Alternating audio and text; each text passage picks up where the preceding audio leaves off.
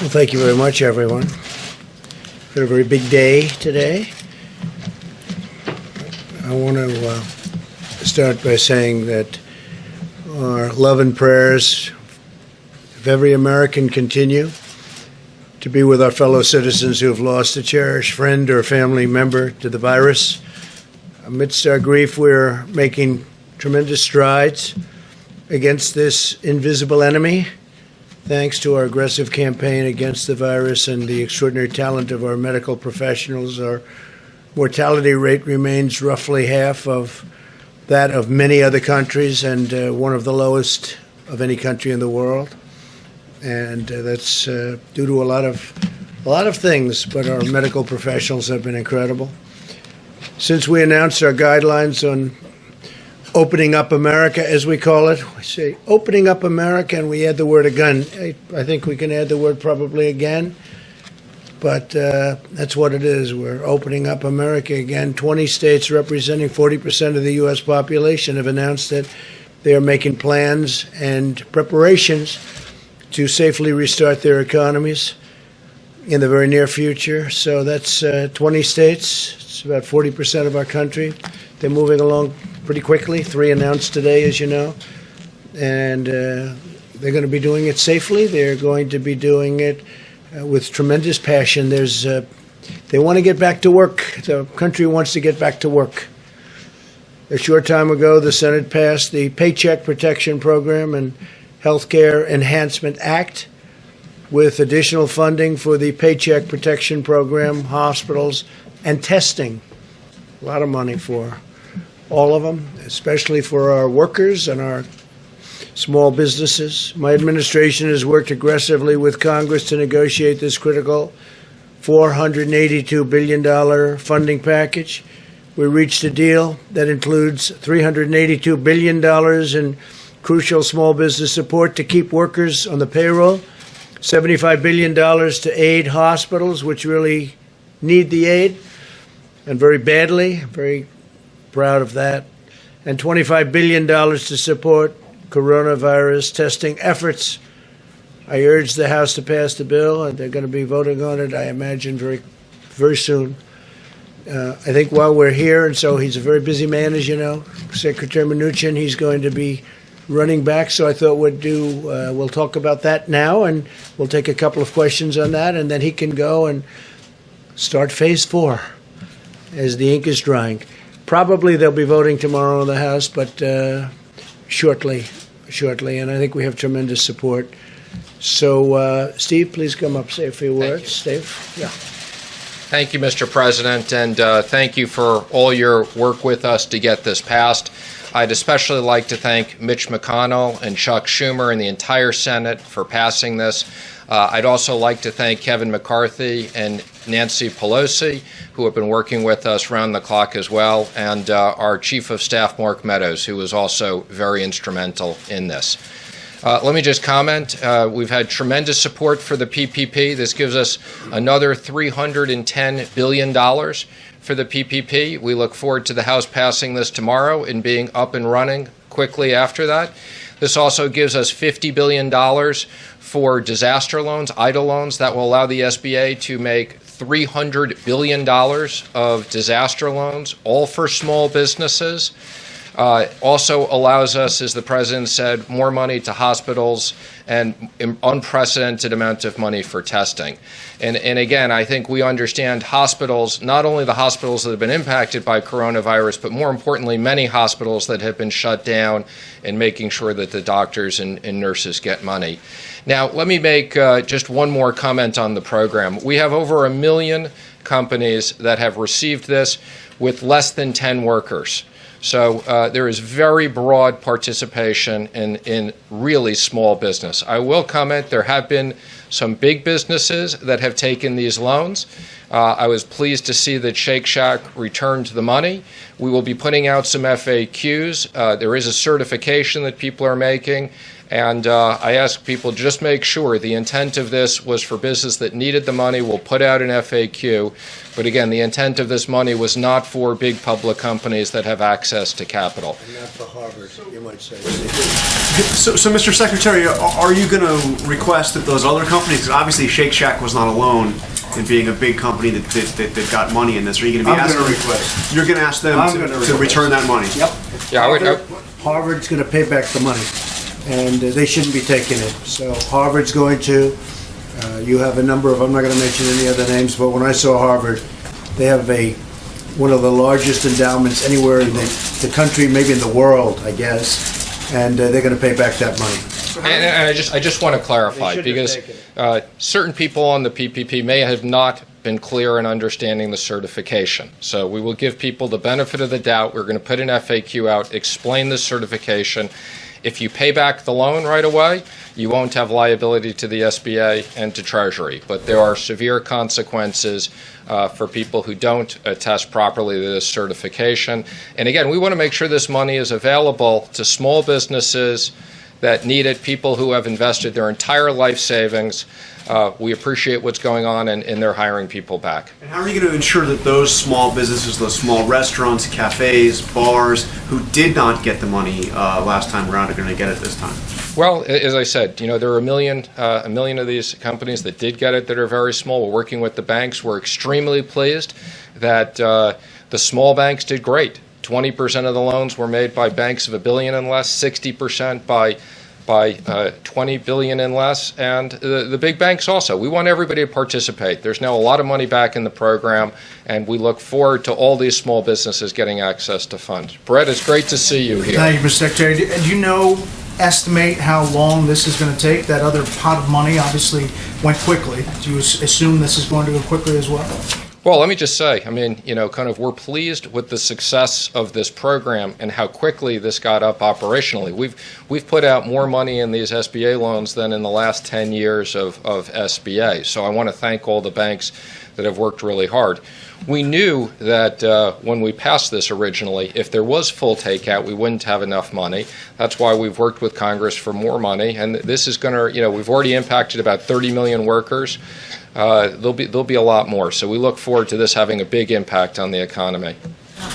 Yesterday, the president said he would look into the issue of felons, those with criminal convictions, getting access to some of these programs. I was wondering if you have an update on that. Sure. So we worked with the White House on this. There were actually much more onerous restrictions in the SBA program. There were people who had misdemeanors that weren't allowed to access the program. It was much longer than 5 years.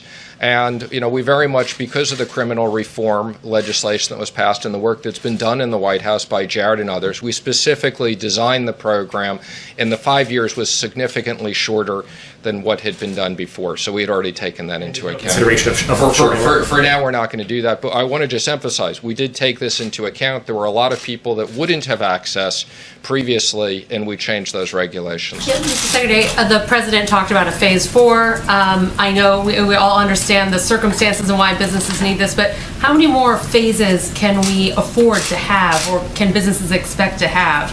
Do you see a phase 5, a phase 6, a phase 7? What's your thinking on this? Well, first of all, I very much appreciate the president's support for phase 4. He put out a tweet.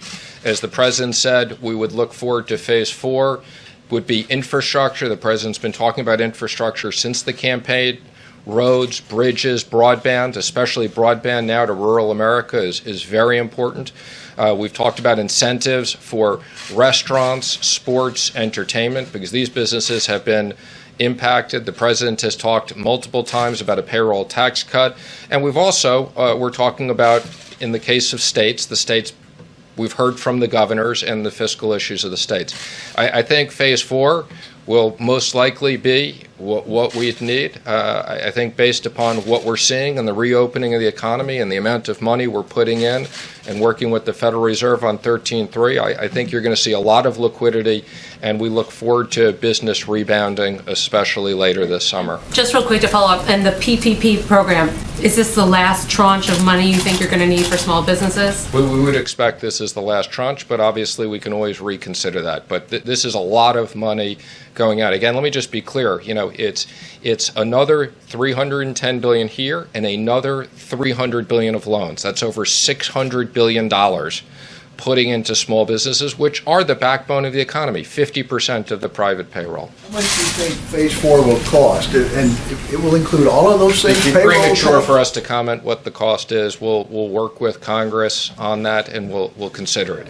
Infrastructure could be a big investment. That's going to be Size of the taxpayer dollars that are going out the door. You fellas come to a different way of thinking about the need for oversight, independent oversight on behalf of the taxpayer. We have independent oversight. We supported in the last legislation. Let me be very clear. We have a new inspector general. The president has already picked someone for that position. We look forward to the person being confirmed. We have an oversight committee of Congress that many of them have already been appointed. And let me just say, we put up last week for full transparency. We had no obligation to do this. We put up, you can go to treasury.gov, full transparency on the money that had been sent out on the PPP across states, showing all the big lenders, how it was distributed. No one lender did more than 4%, showed the businesses. So again, the president and I very much believe in full transparency. We're spending a lot of money, and we want to make sure that it's done effectively and fairly. Secretary, thank you. You started by thanking the leaders in the House and the Senate. Can you tell us more about how easy or hard it was to deal with both sides?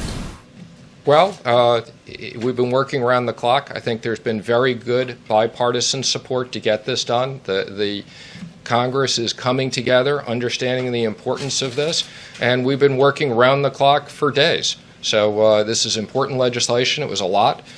We spoke to a lot of people. Mark Meadows has been fantastic, as I said. It's great to have him here in the White House. I couldn't have done this without him working on this with me, and the President and Vice President have been available to us around the clock. So this was a big team effort.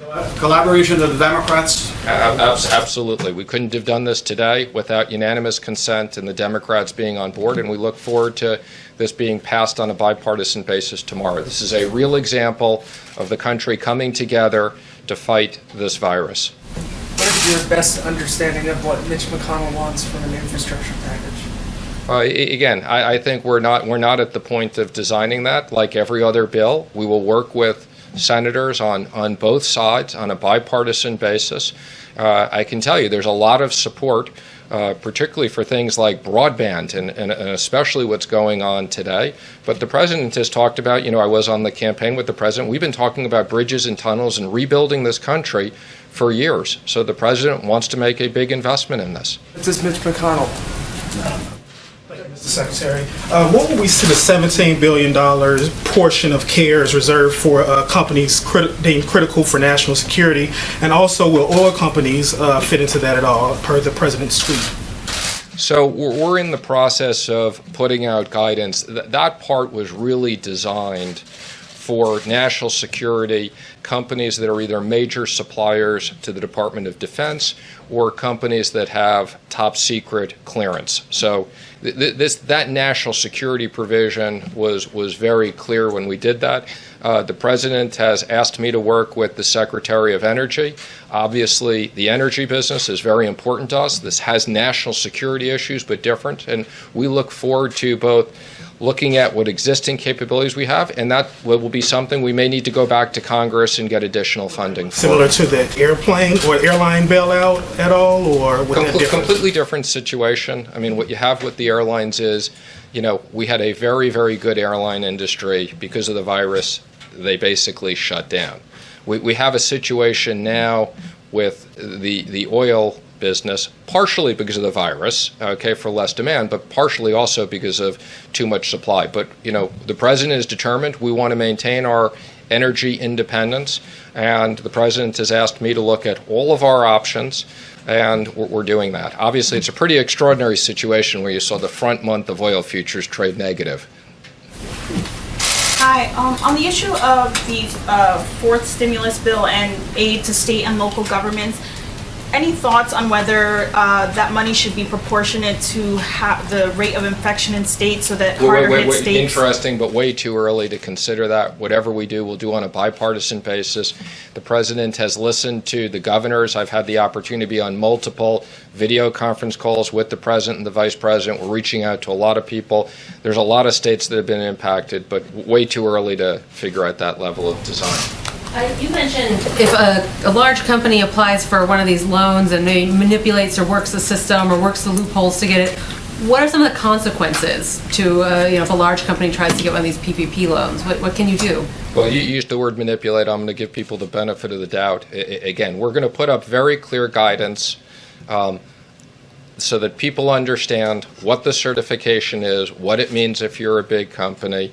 Again, there is a provision for, where there are multiple affiliates that people can access this, but the intent was not for companies that have access to plenty of liquidity and other sources. And again, if to the extent these companies didn't understand this and they repay the loans, that will be okay. And if not, there'll be potentially other consequences. Can you talk about what those consequences could be? Again, you can look at the certifications. They're quite significant. Do you have an estimate of how many jobs have been saved with all the money that's gone out in PPP so far? Well, I can tell you the PPP so far is over 30 million jobs. And again, that doesn't account for other money that we've sent out. And again, we're very pleased. The direct deposits have gone out. We've started sending out the checks. We're also going to be supplementing our capability and sending prepaid debit cards so we can get money out quickly to people. So everything that the president has had us working on is providing significant stability in the economy while we're dealing with this difficult time when, for medical reasons, we've closed down major parts of the economy. Thank you very much. Those are very nice questions. Very good. Thank you, Thank you, Mr. Steve. President. See you later. That was a nice question, actually. It's a good question, too. So the noble fight against the invisible enemy has inflicted a steep toll on the American workforce. As we all know, millions of Americans sacrificed their jobs in order to battle the virus and save the lives of our fellow citizens. We have a solemn duty to ensure these unemployed Americans regain their jobs and their livelihoods. Therefore, in order to protect American workers, I will be issuing a temporary suspension of immigration into the United States. You heard about that last night. By pausing immigration, we'll help put unemployed Americans first in line for jobs as America reopens. So important. It would be wrong and unjust for Americans laid off by the virus to be replaced with new immigrant labor flown in from abroad. We must first take care of the American worker, take care of the American worker. This pause will be in effect for 60 days, after which the need for any extension or modification will be evaluated by myself and a group of people based on economic conditions at the time. This order will only apply to individuals seeking a permanent residency. In other words, those receiving green cards, big factor, will not apply to those entering on a temporary basis. As we move forward, we'll examine what additional immigration-related measures should be put in place to protect U.S. workers. We want to protect our U.S. workers, and I think as we move forward, we will become more and more protective of them.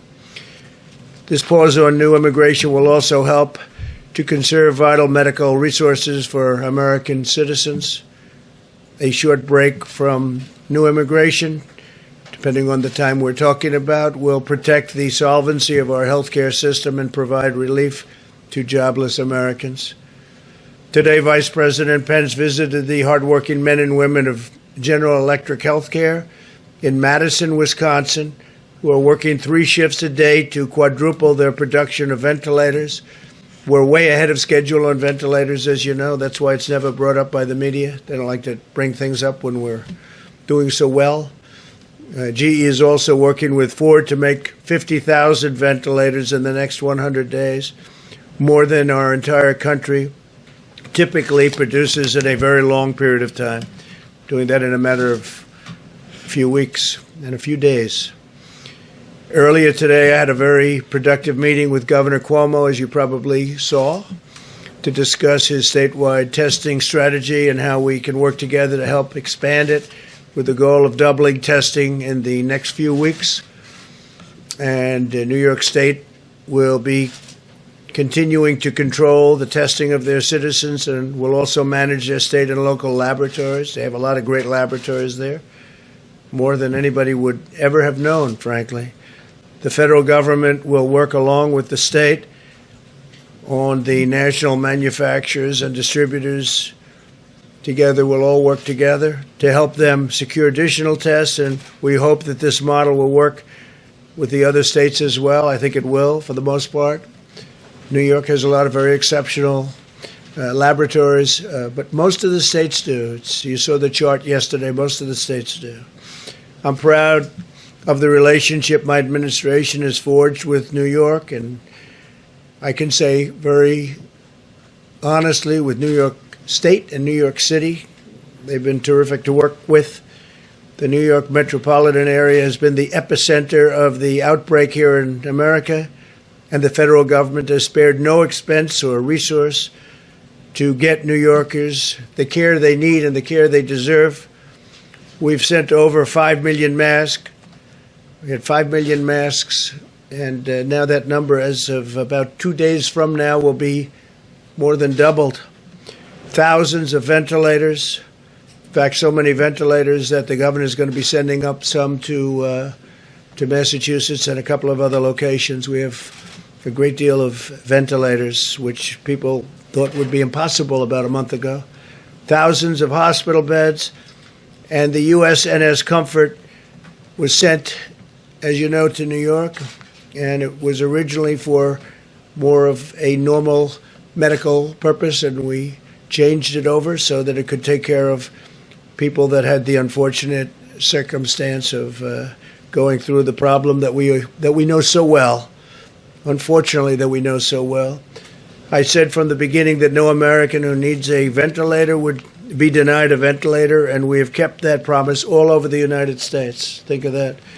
Other countries are desperate for ventilators. They have many deaths because they don't have a ventilator. And I've asked Andrew if we could bring the Comfort back to its base in Virginia so that we can have it for other locations, and he said we would be able to do that. Javits Center has been a great help to them, but we'll be bringing the ship back at the earliest time, and we'll get it ready for its next mission, which will, I'm sure, be a very important one also. But it was an honor. They reconverted it after it got there into handling an event that they were not expecting to be handling. The FDA has now authorized more than 50 diagnostic tests, including, as of late last night, the first test that a patient can take home. He can take it at home, and it's highly accurate. LabCorp intends to make the home collection kits available to consumers in most states with a doctor's order in the coming weeks. We also have 4 different antibody tests already authorized. Tests will help identify individuals who can donate convalescent plasma, thus providing potentially life-saving antibodies to American patients. Dr. Hahn will be providing you with an update on these developments in a few moments. He's done a great job at the FDA. We continue to gain ground in the war against the unseen enemy, and I see light at the end of the tunnel. I actually see a lot of light at the end of the tunnel, and we're starting the process. We're starting a very, very powerful, important process. You see that people are getting very anxious. They want to get going. They want to get back to their jobs. They want to make money. They want to take care of their families. So the light is getting brighter and brighter every day. And with that, if I could, I'll ask Dr. Birx to come up, and then Dr. Hahn. Thank you very much. Thank you, Mr. President.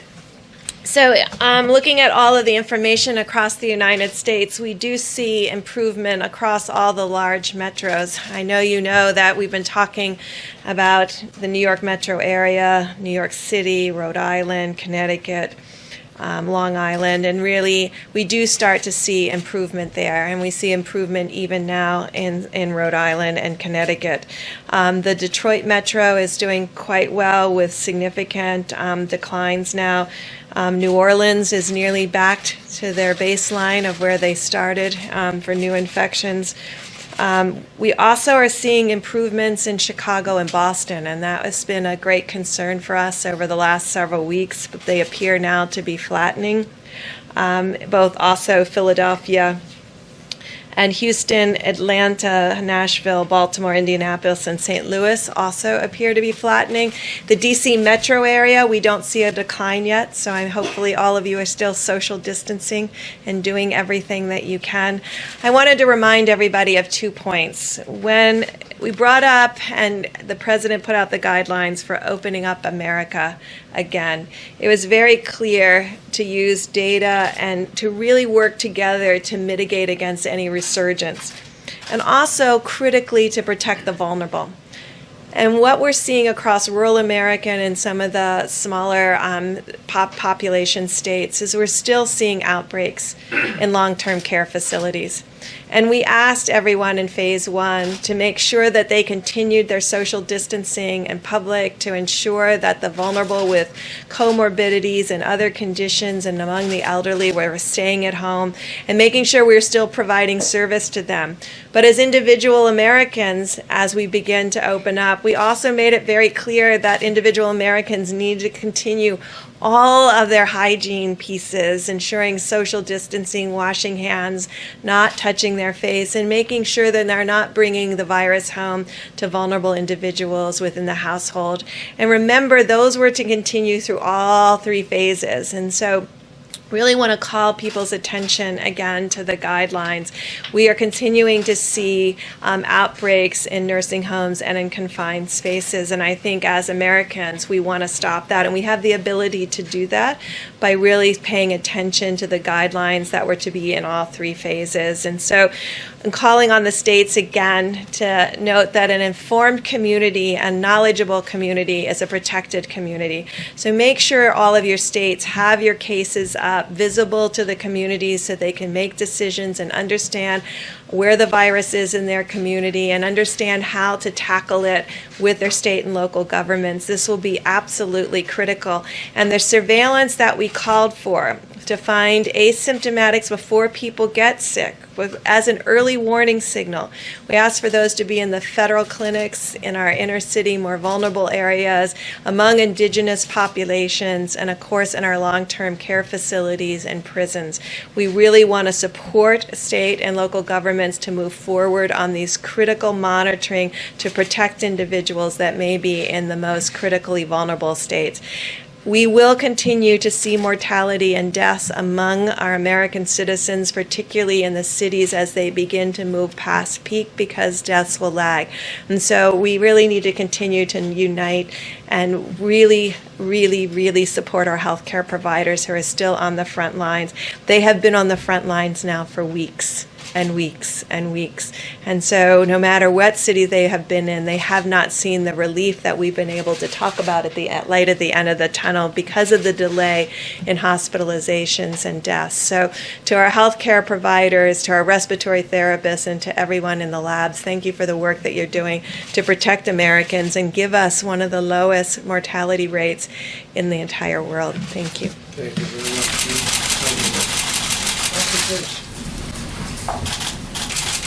Thank you, Mr. President. And I just want to echo what Dr. Burke said just a few short months ago. I was one of those doctors on the front lines, and I know how terrific they're working and how well they're doing for the American people. And a shout out to them for just the wonderful work that they do every day.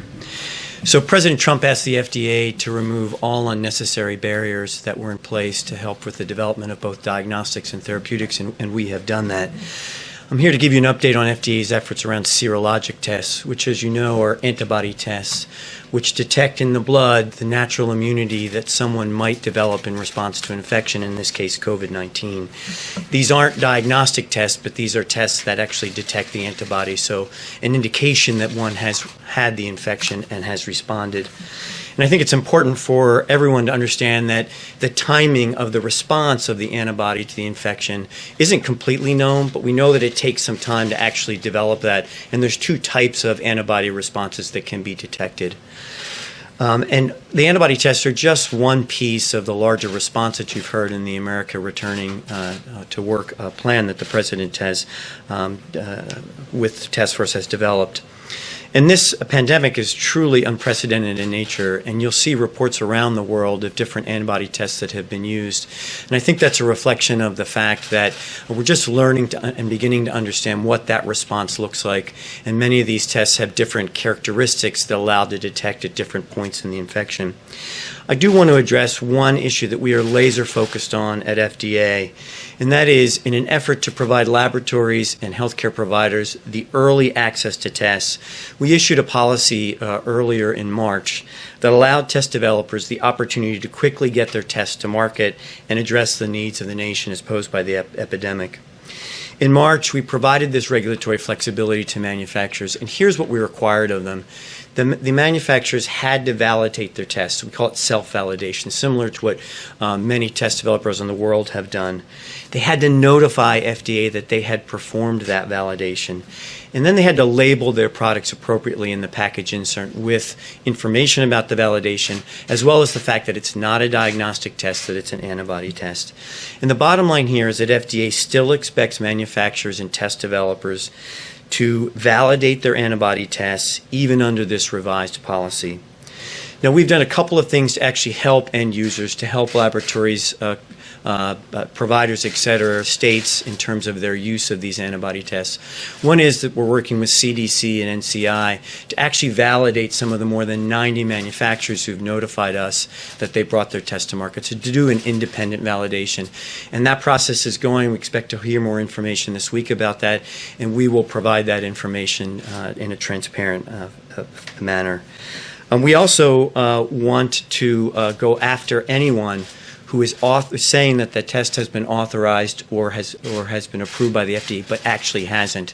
And we've authorized 4 applications for antibody tests, and 140 test developers are pursuing applications for us as we speak.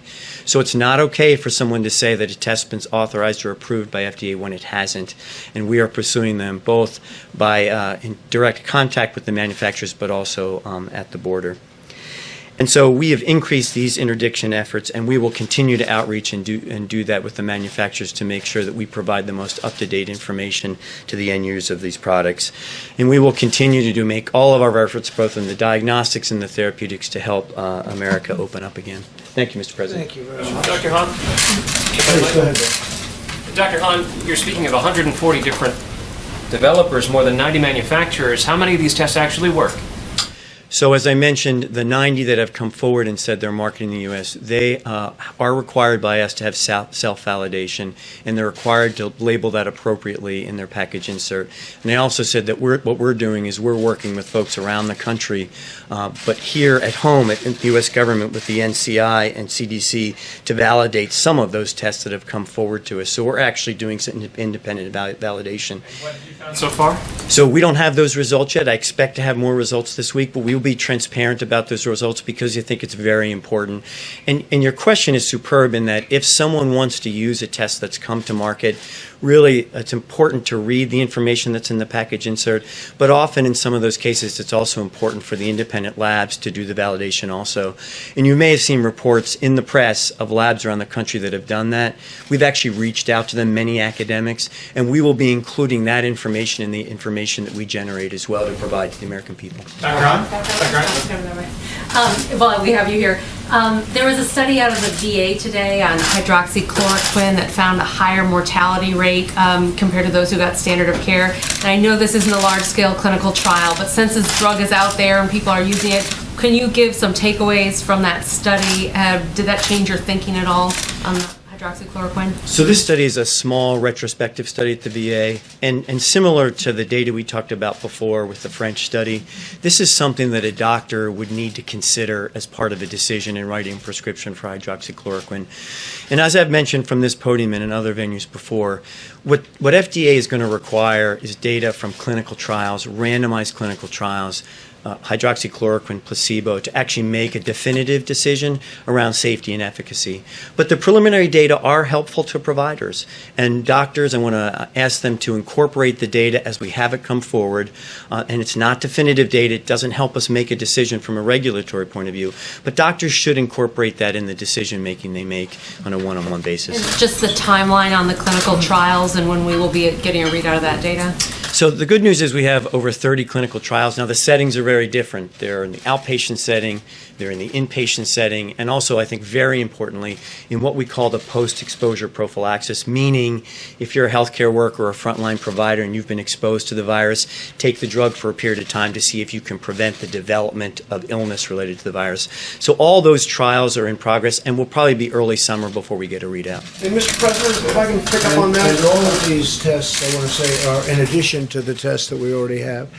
And we have tested more people than anybody anywhere in the world by far, by very far. Mr. President, if Mike, I do you can... have a question? Well, I think you wanted to follow up on the hydroxychloroquine. Hydroxychloroquine. I'm wondering if you're concerned, this VA study showed that actually more people died that used the drug that didn't. And I'm wondering if Governor Cuomo brought you back any results. No, we didn't discuss it, and I don't know of the report. Obviously, there have been some very good reports, and perhaps this one's not a good report, but we'll be looking at it. We'll have a comment on it. A panel of experts at the NIH is actually now recommending against the use of hydroxychloroquine in combination with Z-Pak, which is something you've we'll been take a look at recommending. it. I'm always willing to take a look. Brett? Another subject, you were signing of the executive order. When do you plan to do that?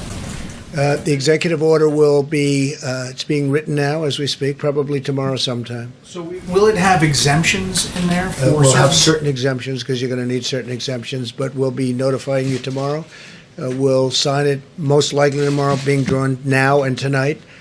And it's something we have to have in this country. We have to have it. So for the people who say it doesn't track with opening up the country to shut down immigration across the board for companies that, and the pipeline that's already in place, what do you say to them? Well, I think it really does. I think it's very strong, obviously, and it's countrywide as opposed to specifically like China or some of the other ones that I've shut down.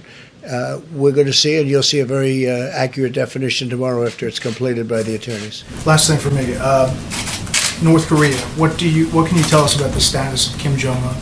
Well, these are reports that came out, and we don't know. We don't know. I've had a very good relationship with him. I wouldn't, I can only say this. I wish him well, because if he is in the kind of condition that the reports say, that the news is saying, that would be that's a very serious condition, as you know. But I wish him well.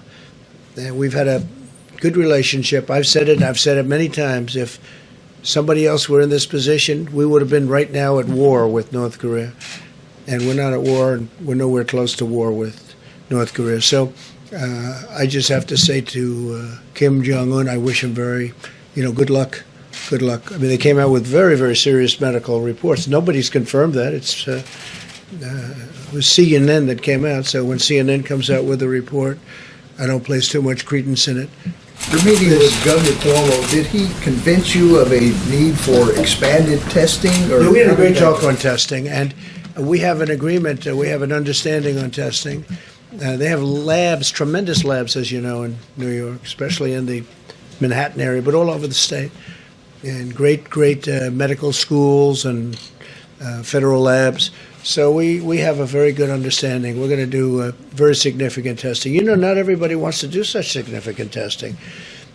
Testing is good in some cases, and in some cases it's not. You have governors that don't want to go all out on the testing because they think they can do it in a different manner and do it better.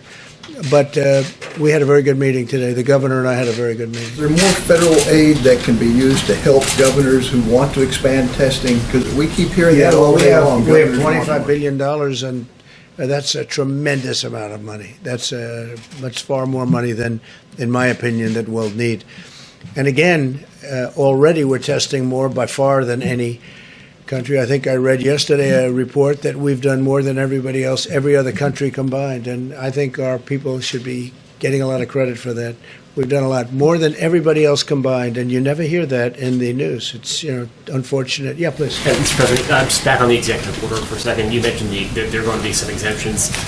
We're reporting right now that it only applies to employment, green cards for employment, but not for those for Well, it is immediate green family. cards, but we're going to be reporting on that later on. It might be tonight or tomorrow. We'll give you an exact report. You consider people who may be worried about the ability to bring immediate family members into this. No, I think it's been covered pretty accurately in this case. I think most people know what it is, and some people will be able to get in. We have to do that, obviously, even from a humane standpoint. But there'll be some people coming in. But it's a strong order. It's a strong order. It involves a big circle, as you know. Please. Are immigrants who are already in the country, are they at greater risk of deportation based on this order? I don't think so. They're not supposed to be here. You're saying they're here illegally? Is that what you're saying? Well, for example, if an immigrant is here for a court order, right, are they at risk of deportation? Well, if a based court on order, this? then you have to go to court. So then the judge would make a determination as to whether or not they're going to be staying. But if they have a court order, they won't have to leave until they go through that process. So we'll see what happens. But with the court, and there are some with court orders, that means they have a trial coming up. Please. Yes, so obviously on the immigration executive order, you've raised concern for a long time, even in good economic times, about immigrants taking Americans' jobs. So under what conditions would you consider lifting this halt on immigration? Well, we're doing, yeah. Or is this sort of an opportunity to address what you've seen as a problem for a long time? Well, I think, look, right now, obviously, we had the greatest economy in the world, and then one day we had to shut it down. They said, you have to shut it down. We did the right thing, because I think we would have had 1 million or maybe even 2 million or maybe more than that deaths. So we did the right thing. But certainly this would pertain. I mean, when you look at it right now, the last thing we want to do is take American workers' jobs. It's one thing when we were essentially, they used to call it full employment, and it's another thing right now. Right now we have people that have lost their jobs, and we hope they're going to come back and come back fast, and then we can have an even deeper discussion. But right now we have to have jobs for Americans. Would you have any sense of, like, if unemployment gets to 4% or 5%? Well, we'll have to see. I mean, I hope we're in that position to have that debate. Right now, we're not in that position. Right now, we closed down the largest economy, the greatest economy in the history of the world. It's the most successful economy. When you look at the stock market, we're breaking records virtually every week, sometimes every day. And stock market's still not doing badly considering what this country has been through, which really tells you how strong it was in the first place. But no, I hope we're going to be able to have that discussion. I hope we're in a position. That's like a good discussion to have. But that'll be a little bit later. Brett? I have a question for Dr. Birx about the CDC director said in an interview that perhaps this second wave of the coronavirus in the fall could be worse because it is timed with the seasonal flu. Just wondering if you could talk about that in context of as you're opening up the country and these guidelines that you've laid out.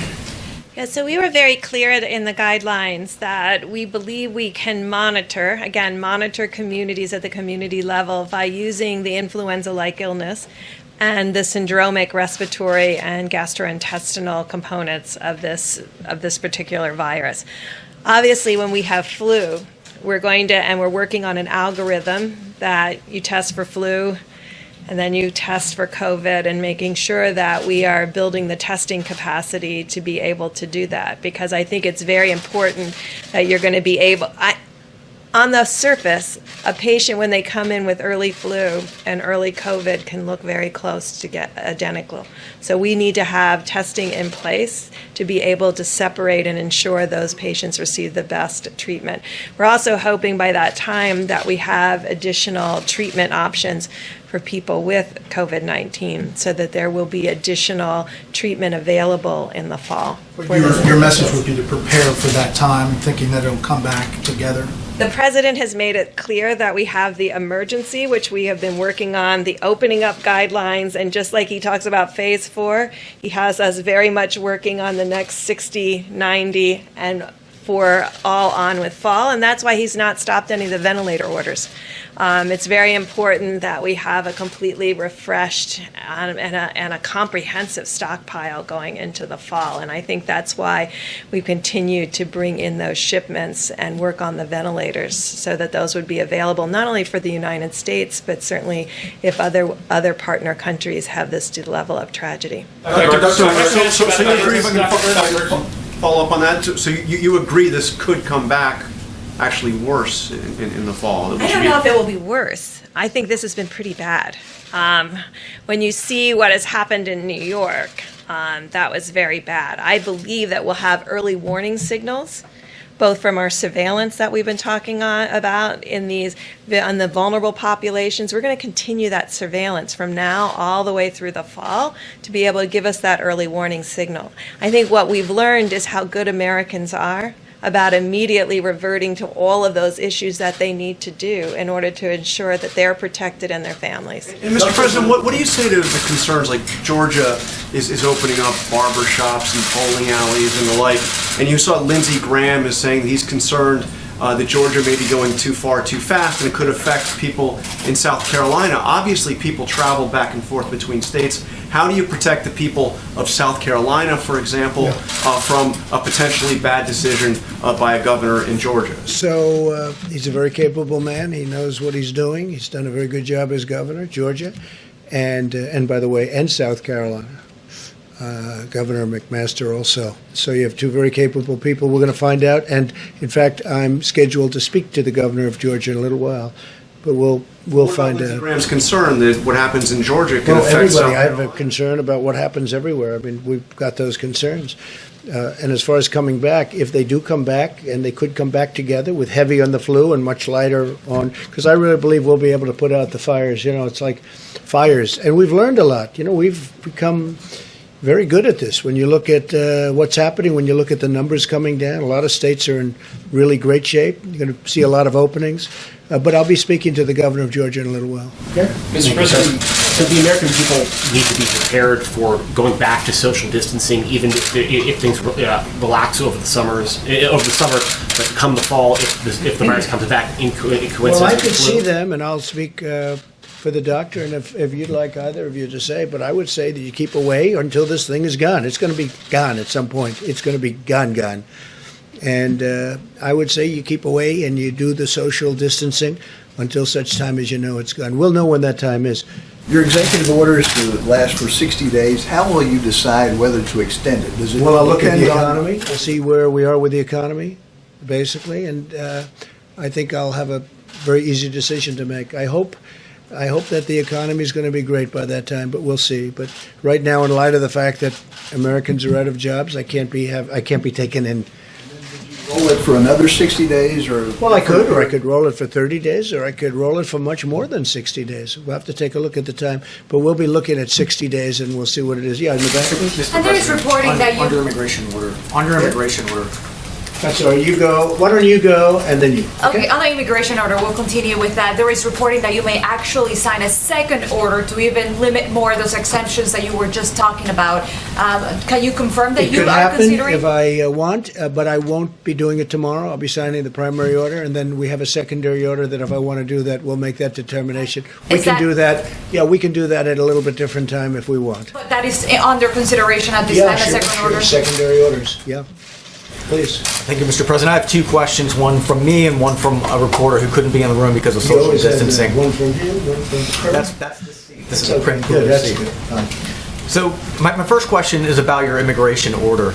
You campaigned on reducing legal immigration. I remember your speech in Phoenix in 2016 on reducing legal immigration. I campaigned on legal and illegal, but no, I've always said you have to come into the country legally, so not legal. What I campaigned on was people just flooding our border and stopping. And by the way, speaking of that, we have 170 miles, almost 170 miles of very powerful border wall up, and it's moving rapidly, very quickly, and it's having a tremendous impact, and it's making our job a lot easier. Plus, Mexico has 27,000 soldiers right now on our southern border that we share with them, and Mexico's been terrific. They've really helped. You also campaigned on reducing legal immigration, and I'm wondering if some critics are saying that you are using the virus now in this crisis to follow through on that promise to reduce legal immigration. No. Well, I want people that are in this country, I want our citizens to get jobs. I don't want them to have competition. We have a very unusual situation where something came in that nobody has seen for many, many decades. Probably 1917 would be the closest analogy if you look at it, when you look at the contagion, the kind of contagion we're talking about. So, no, I'm not doing that at all. I want the American worker and our American citizens to be able to get jobs. I don't want them to compete right now. There's a big difference when we have a full economy, and frankly, where some of the companies, we have many companies moving in, where they need workers. That's a big difference between that and where all of a sudden a lot of people lose jobs. As you know, a lot of farmers rely on seasonal migrant workers that come in on the affected. The farmers will not be. That's an important point. The farmers will not be affected. Yeah, that's a very important point. I mean, it's a great point, actually. I'm glad you brought it up. No, the farmers will not be affected. They've had cases where they stopped everybody from coming in, and all the farmers went out of business. They were literally out of business. You remember that, Brett? It was not so long ago. But it's easy. It's easier to stop everything cold than it is to plan it so that the farmers have the people that have been working on those farms for many years, and that's what we're doing. No, the farmers will not be affected by this at all. If anything, we're going to make it easier, and we're doing a process that will make it better for those workers to come in, to go to the farm where they've been for a long time. Now, for a question from a reporter who's out of the room, this is from the Washington Times, Tom Howell. Why hasn't the CDC, the federal government's main disease-fighting agency, had a more public-facing role amid the pandemic? It was holding regular media calls early on, but has not held one since early to mid-March. Well, I can't tell you that. CDC has been terrific. We've worked with them very closely. They were very much involved, even in the border decision that I made last night. And the director's doing a good job. And we have always, whether it's Tony or Deborah or Steve, we have always a lot of people up. And certainly, as you've seen, the director's been here a lot, right? He's been here, he's been sitting here, he's been speaking a lot. No, CDC is very much involved in everything we've done. More calls. The director of the CDC said the protests against stay-at-home orders are not helpful. You've encouraged some of these protests. What are your thoughts on the CDC director saying that these protests are not a good idea? People, look, it's not a question of helpful or not. People want to get back to work.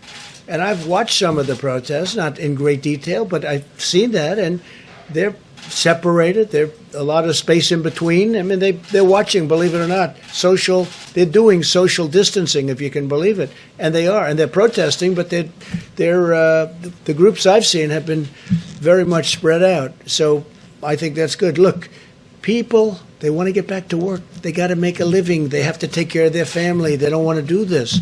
It's, unfortunate, maybe one way or the other. Both are unfortunate. But you have a lot of people out there that are anxious to get back. Yeah, please. Surveys seem to be indicating that people are actually more concerned. More people are concerned about the virus spread, and they don't want to go out. Yeah. They don't want to go to work. They don't want to go outside. They're two groups. They're big groups, both of them. So my question is, what good is it for these businesses that would reopen if the customers are afraid to go outside? Well, at the same time, we have to build back our country, and I'm going to make our country bigger and better and stronger, and we have to get started. There's a big difference, though, because people have really been through a lot, and they understand what to do now. Before, nobody had ever heard of a thing like this. Wouldn't you say? I mean, nobody ever heard of a thing like this. Distancing, social distancing, what does that mean? Washing your hands every 15 minutes, what does that mean? I mean, people had never seen or heard about anything like this.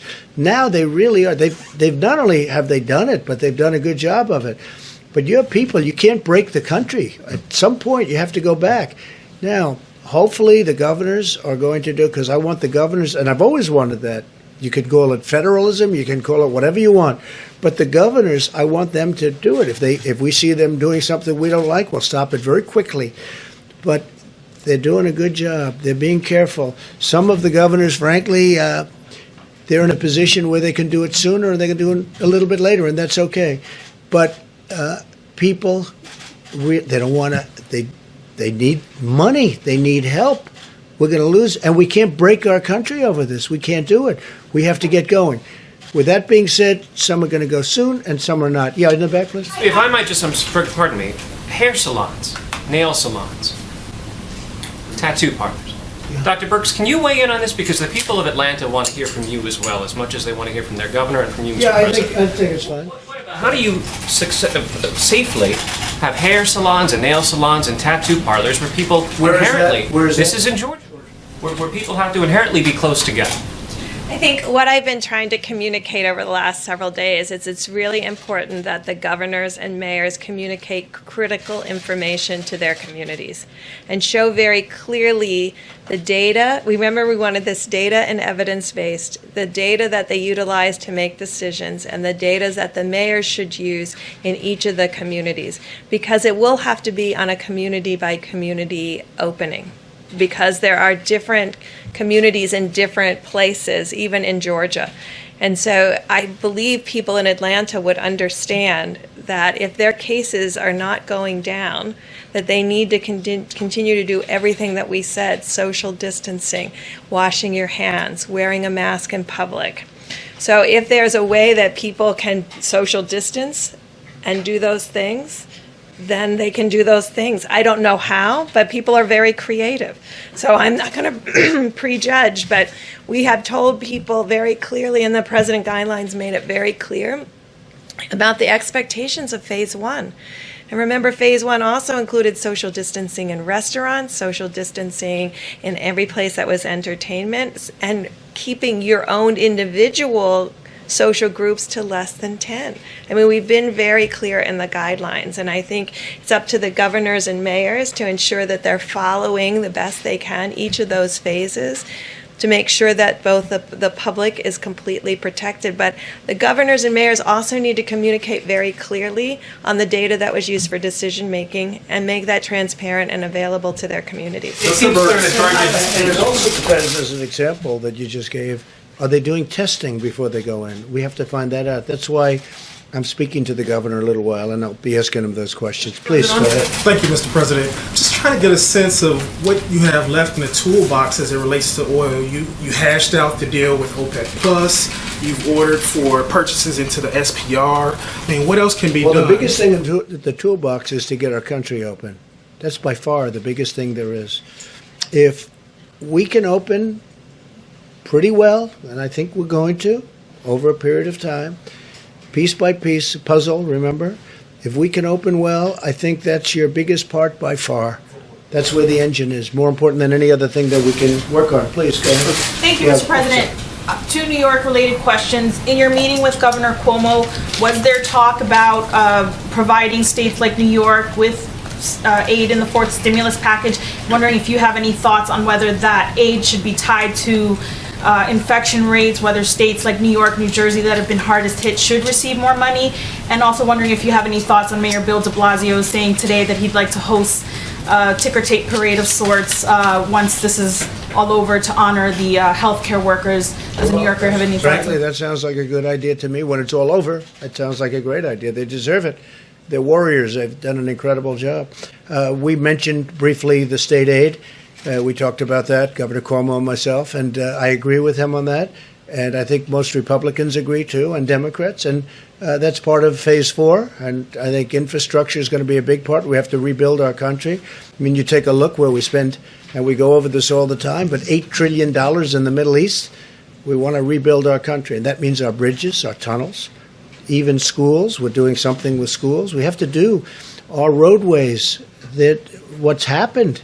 We spend so much money on other countries that they don't appreciate it.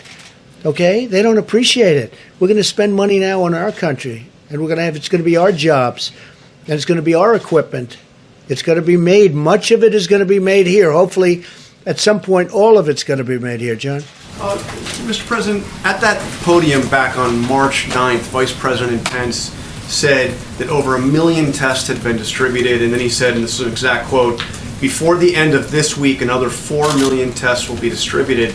As you know now, 6 weeks later, we still aren't at 4 million tests. I don't know what to say. With the testing. Ready? Are you ready? Again, I'll say it for the 5th time. We have tested more than any country in the world, and some of the countries are very big. okay, more than any country in the world. We have one of the most successful, if you call mortality rates, because one person, and I always say that for you in particular, one person is too many.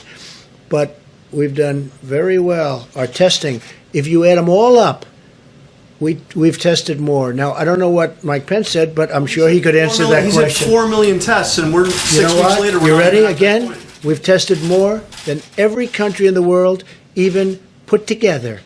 So that's all I can say. As far as Mike, he'll answer your question when he's here. Mr. President. We'll be back tomorrow. I just want to go back to the China deal and the phase one of this China deal. Yeah. The flight ban is still in place. How confident are you that the Chinese are not going to invoke the natural disaster clause to just wait before getting into there? Well, we're going to see. Look, there's nobody ever been tougher on China than me. And that means for 20 years, you go back 20 years. I probably got elected at least partially on the fact that I've been very tough. I said China's been ripping us off for years. I'd go into Michigan, I'd go into Pennsylvania, I'd make speeches unrelated to being a politician.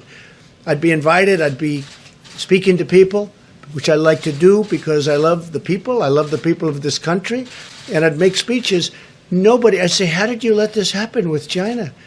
I even asked the leaders of China, how did this ever happen? Where our country loses tens of billions of dollars a year. And I don't mean just tens. Take a look, 200 billion, 300 billion, 400 billion, 500 billion dollars a year. How did they ever let a thing like this happen? Now, if you look at this last year, the deficit went way down, and I'm talking about even before. Now it's much different. But a lot of things are happening. Great things were happening, except all of a sudden, out of nowhere, came the invisible enemy. And we think we know where it came from, and we'll be talking about that probably a lot.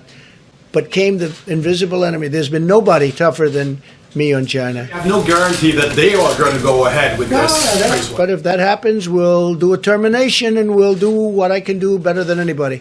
Yeah, please. Mr. President, on China, have U.S. intelligence analysts told you that they think that the virus escaped from a Chinese research lab, that it was an... Well, I can't tell you that. Have U.S. intelligence agents told me? I mean, what kind of a question is that? Do you feel I can't. that- Do you want me to tell you? Oh, let me tell you what they told me. Look, they told me plenty. They told me plenty. Brett? I wanted to follow up on, you said about the small business program, Harvard's going to pay the money back. How confident are you that you can claw back money from Well, I'm places going to have like to look. I don't like when Harvard, that has, I think, a $40 billion endowment or some incredible amount of money, that Harvard gets this money. Harvard should pay that money back. I want Harvard to pay the money back, okay? And if they won't do that, then we won't do something else. They have to pay it back. I don't like it. I don't like it. This is meant for workers. This isn't meant for one of the richest institutions, not only far beyond schools, in the world. They got to pay it back. I want them to pay it back. Yeah, Mr. President, your Florida clubs have had to furlough workers. That's true. Have you thought about asking your family members to maybe keep some of those workers on the payroll to help instead of sending them to the federal government? Other companies do that. Yeah, in Doral, you're not allowed to have the golf courses open. You can't have the clubs open. You can't have anything. It's a big hotel and resort. And I think there's probably 750 people. So you can't have anything open. And you say, what are we going to do? Have full payroll and have the whole place with, there's no income coming in. First of all, everyone's home, and they're supposed to be. Second of all, in Florida, you can't use golf courses. That one I'm not sure I agree with. You have parks and golf courses where you have open space. But that's what it is. So I have others also. Then I have others in different states. I have a lot of different properties. But again, my children run them, and I love my children, and I wish them well. I look forward to comparing my numbers to my children's numbers. I think I'll do better. You haven't thought about asking if You understand that? It's called a closed property. It's like, you have to close them up, and then hopefully when things get better, we'll just open it up. But you can't have many hundreds of employees standing around doing nothing. There's no customer. You're not allowed to have a customer. So in some places it's very strict. New Jersey's strict. New York is strict. And you have to do what you have to do. And it's too bad. I feel so badly when I see that. I think that it's a tough policy, but I go by whatever the policy. That's a state policy in the case of Florida. You've communicated regularly with Kim Jong-un, the North Korean leader. Are you going to try to reach out to him to check on his condition? Well, I may, but I just hope he's doing fine. I mean, I've had a very good relationship with Kim Jong-un, and that's to the benefit of the country. That's not a bad thing. That's a good thing. And I'd like to see him be well, and we'll see how he does. Again, I don't know that the reports are true. Do they have a line of succession as far as you know? I don't want to ask him that. I have asked him that, but it's not my purpose to tell you that, in all fairness. But, I hope he does well. Please. Can I follow up with Dr. Birx for a moment? Dr. Birx, if you don't mind, I just wanted to follow up on the question we were asking you about with social distancing in some of these states. With Georgia opening back up, things like tattoo parlors, getting a massage, social distancing, maybe there are some creative ways, but it seems very difficult to do social distancing. So do you have a message for people in Georgia who are soon going to have a choice about going to the hair salon or the nail salon or getting that tattoo if they're not 6 feet apart and they're not able to follow these social distancing guidelines? What's your message to people in a state like Georgia? Well, we made it very clear in a message to all of the American people with opening up America again, the criteria that we wanted states to follow. Those were careful criteria. There were only 6. They were carefully selected in conversations with epidemiologists around the world and with CDC to really pick things that people could understand and use platforms that people have utilized in the past. But it was built on the premise that it needs to be data-driven and it needs to protect those who are most vulnerable. And then it went through the phases, and the very first thing it says, in all phases, all individuals need to continue to wash hands, protect the vulnerable, ensure the safety of others. But in phase 1, it made it clear that social distancing was absolutely key.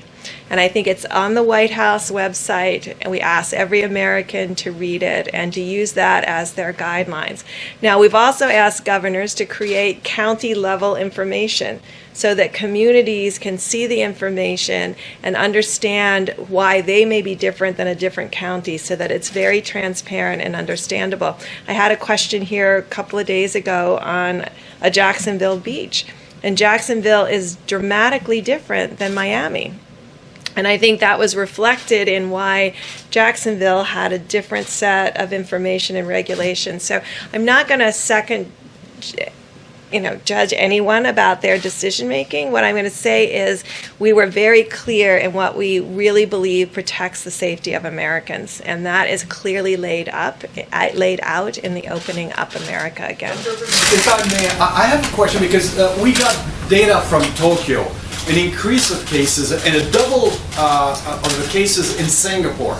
We've been, looking a lot at Europe after China, and then we're back into this area of the world. Here we're talking about a plateau and then cases going down. Any lessons to take out of what's happening in this area in Asia after having put our attention somewhere else for so long? The lesson is to be careful. Yeah. We've got to be very careful. We don't want that to happen. It could happen. I think we'd stamp it out if it does happen. We're not going to be doing any mass closings, I hope. So I think we could, I call them some burning embers, and we put them out. And I think we've gotten very good at that. But we'll see. But we don't want that to happen. No, absolutely. You concerned, Mr. President, that once the reopening happened, we won't need to go back into reclosing. I don't want to do that. You don't want to do that. Nobody in this room wants to do that. You look forward, I think, Brett, very soon, and John, sitting next to a lot of your fellow reporters, right? The room seems so empty this way. But it's one of those things. Yeah, go ahead, please. Mr. President, thank you. On the topic of public support for your immigration freeze, An Ipsos USA Today poll just came out and found 80% of Americans are supportive of the immigration halt, the temporary freeze. Yes, I know that. Did that have any, did public support have any effect on your decision making here? And are you surprised by those numbers? Yeah, it's a high number. I did not see that number. I heard there was a poll. I'm sure there'll be a lot of polls. No, look, I think the American people want to make sure that they have jobs for the American people, not for people that come in many cases illegally into our country. So we're doing that. I don't know what the numbers are, but I think just common sense tells you that's where we should be, and that's where the American people want to be. And we're going to build our country back. And I'm telling you, with all of the things that we're doing and infrastructure, which we desperately need, it's going to be an incredible thing taking place. I think it's going to be a renaissance. We're going to have something that will be, a lot of people are going to go to work building those roads and bridges and tunnels and highways and all of the other things we're going to be building. And broadband for the Middle West. I mean, the farmers haven't been treated fairly. Let's face it, the farmers have been treated terribly when it comes to the internet. So we're going to take care of that. We're going to make them very happy. So we'll see you all tomorrow, and we'll have some interesting things to put out tonight. And I appreciate you being here, and it's an honor to have Brett Baer here. I've used his slot a lot, John. I've used that slot a lot. Get on, Mr. President. Huh? It's the only way I can get on. We want to